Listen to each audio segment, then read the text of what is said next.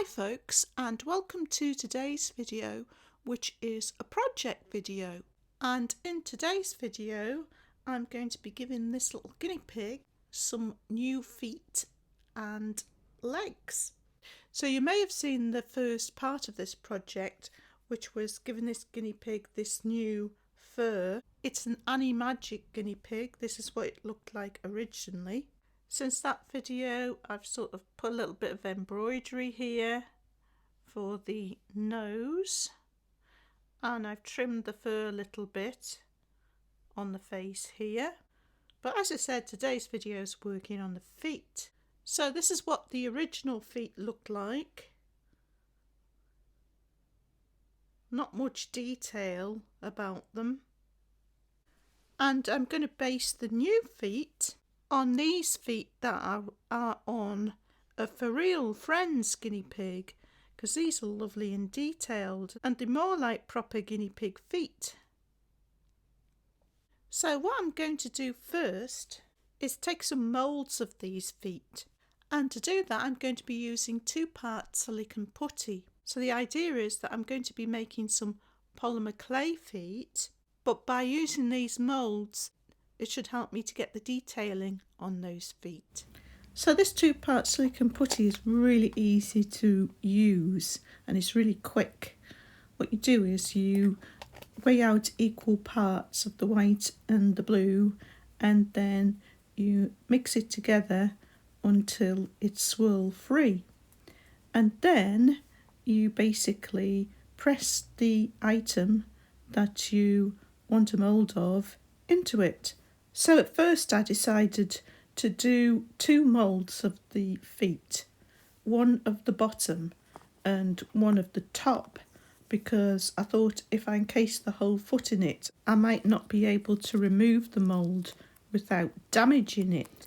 So the first foot that I made, I just put the polymer clay in the 2 parts of the mould and then joined it together and put it in the oven. And with the second foot that I tried, I actually baked the polymer clay in the mould in the oven, and that one picked up more detail. So I carried on working on that one, and I used a hobby knife to separate the toes, and then I used a hobby knife to take away some of the material around the leg, because when I extended the leg, adding more polymer clay, I had to get the slope of the leg to match the plastic leg on the guinea pig, because the cast that I make has to cover that plastic.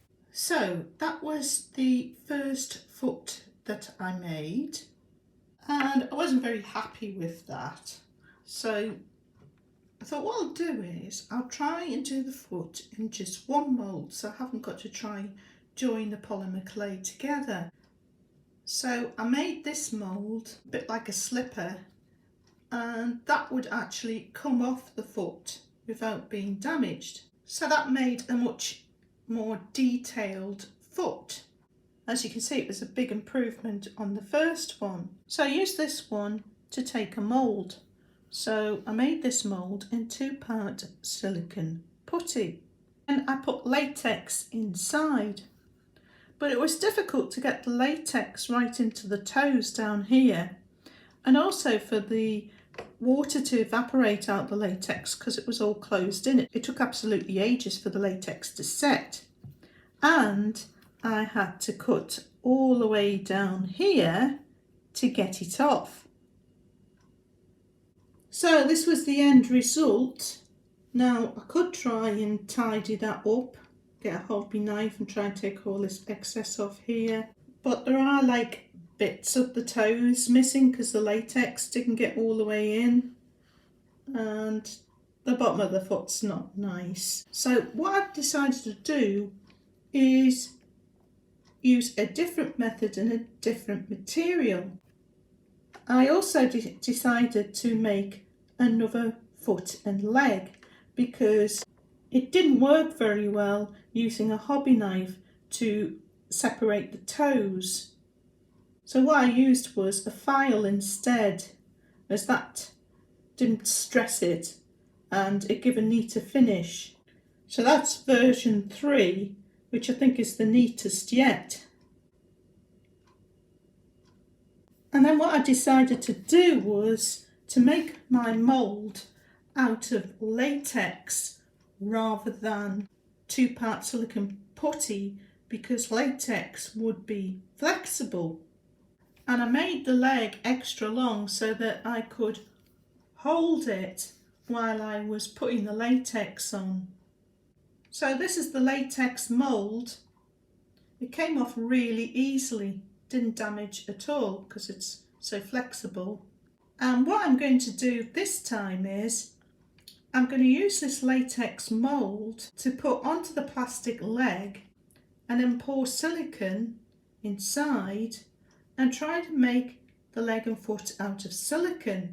So the first thing I've got to do is remove this screw so I can take the plastic leg off to work on it.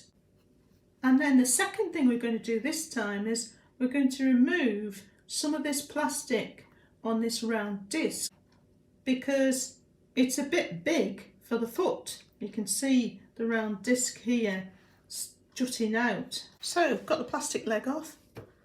I think, Paul, that we should remove that edge there, like that. Yeah, okay. And the same on the other side, because I think that will stop it sort of... penetrating through the silicone and showing. Yes. Yeah.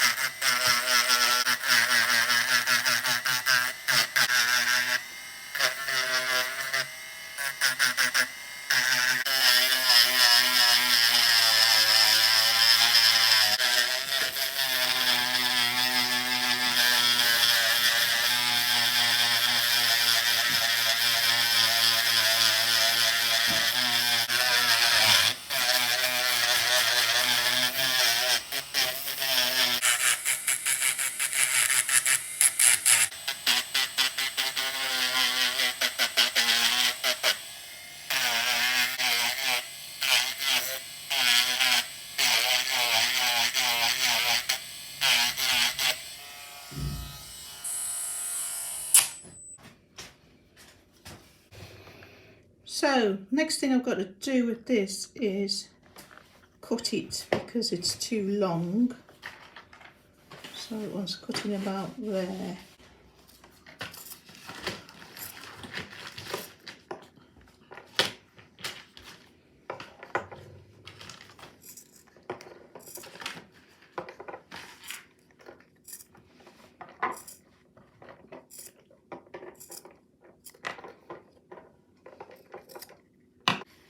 So now we'll try and put the plastic foot and leg in. Oh yes, goes in like a glove.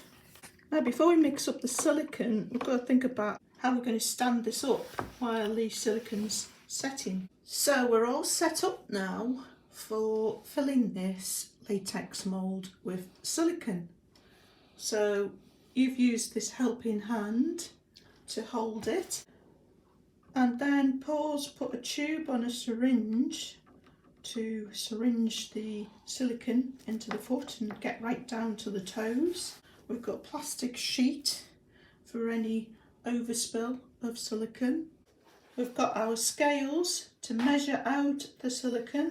And we've got a plastic container and a stirring stick for mixing the silicone. And then when the silicone's mixed up to the right colour, Paul will be putting it in this degassing chamber to get rid of any bubbles. Just a pot with a vacuum pump. Before transferring it to the syringe and finally putting it into the latex foot.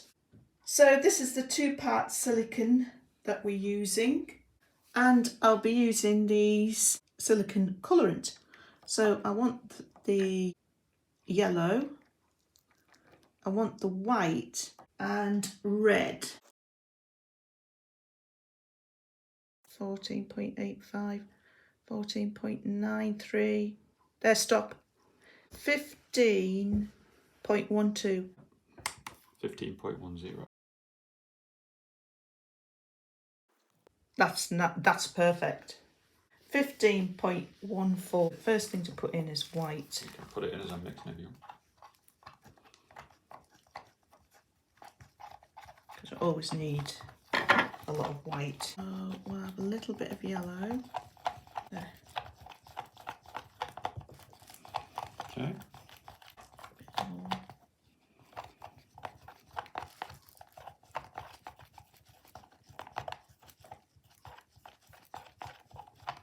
And a little bit of red. Very small amount of red. Because the red's very potent. So degassing now, getting all the bubbles out.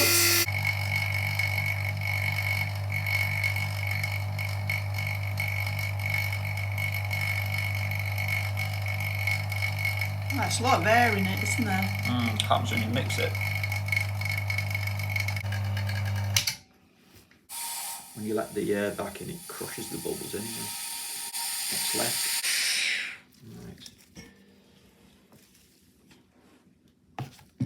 So pouring it into the syringe now. There's more than enough there, Paul. Is that call it a day then?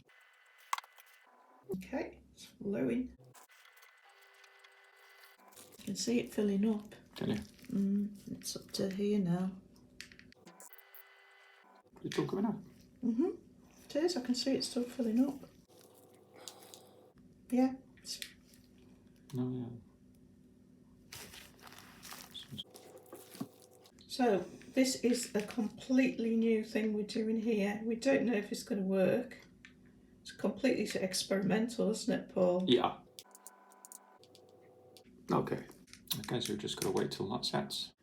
And this is the result. All the toes are separate, which is great. It's kept a lot of the detail. It's about the right size.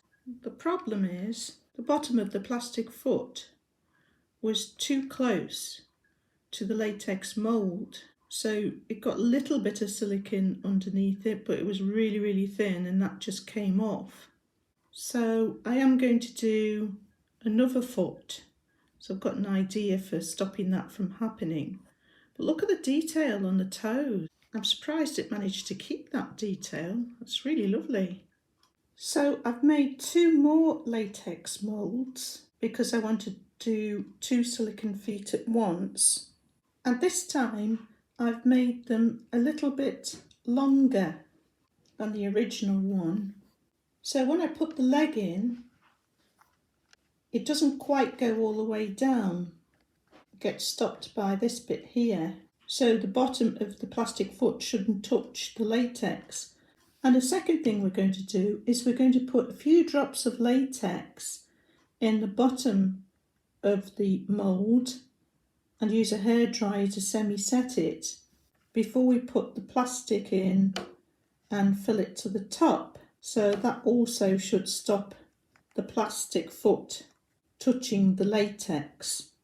And something I'll have to do before doing the 2 silicone legs is I'll have to take this first one off here. So let's see how this comes off.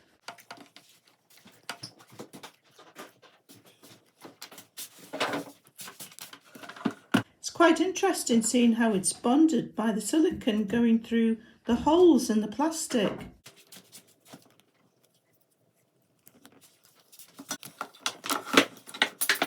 Don't you think that's interesting how it's got those little notches on that have gone through the holes in the plastic? Yes, it is. It makes me think about giving a Furby a new beak and how if you could somehow inject silicone around the plastic beak, it would stay on by getting into all those sort of little holes and nooks. So we've put the silicone in the 2 moulds. We didn't actually do this idea of putting a little bit in and then using a hairdryer to make it set a bit and then putting the plastic leg in. Seemed too fiddly really when we came to do it. So what we did instead was filled the whole of the foot up with the silicone and then put the plastic in a leg inside. Yeah, like this plastic bone type structure thing. Just pushed it into the bottom till it overflowed. But the plastic insert inside, Yeah. There was definitely a few millimetres between it and the latex foot, the bottom of the latex. Yeah. So we shouldn't have any problems with it being too thin on the bottom of the foot this time. Hopefully not. And I didn't put as much colourant in this time, because last time I think it was on the pale side anyway. So that's the colour that we've mixed up this time, next to the leg that we made last time. So it's a bit more sort of, what would you say, peachy, a bit more peachy, peachy pinky. But I think it's probably a better colour, because you were concerned, weren't you, that the colourants might have... yeah, I think if you put too much colourant in, it can affect the setting quality of the silicone, and unfortunately the silicone we've got here is orange when it's been mixed together, so if you want to colour it a different colour, you've got to put quite a lot of colourant in to change that orange to, say, brown. And before we added the colourant, we poured a bit of the mixed silicone in here to see if it does set better without any of the colourant in. Because the thing is, it could be that it sort of remains sticky for about a week because it's out of date, because it is out of date by a couple of years. So we don't know if it's that or the colourant, do we? That's right. So this is how the legs have turned out. This one is really good. This one, it didn't get right into the toes, and also it's very thin in parts, like here. One of the things I was thinking that might improve making another one would be to grind down the plastic leg inside, so the silicone can be thicker around it. I think that would be an improvement. But that one's certainly an improvement of the first cast that we did. Yeah, so it's a lot better, that one. So it's the way we do it at the moment, it involves a little bit of lock as to where the armature falls within the silicone. But I suppose if you make that armature smaller, it's more likely to fall in the right place and not too close to the surface. So I think that's something to do in the next video. That stuff didn't have any colourant in. Would you say it's any different to the stuff that had colourant in?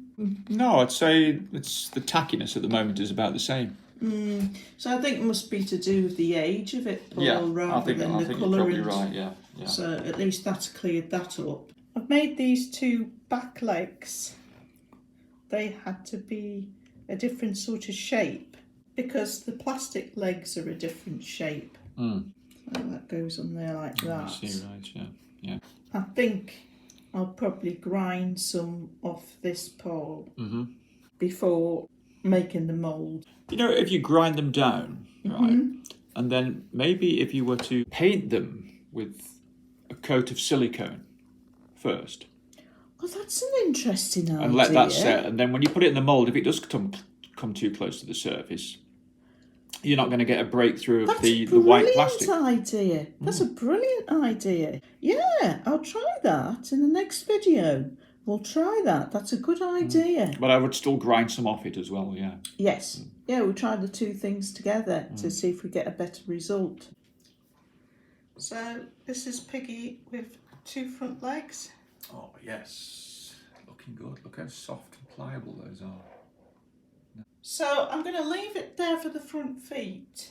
And in the next video, I'll be working on the back feet.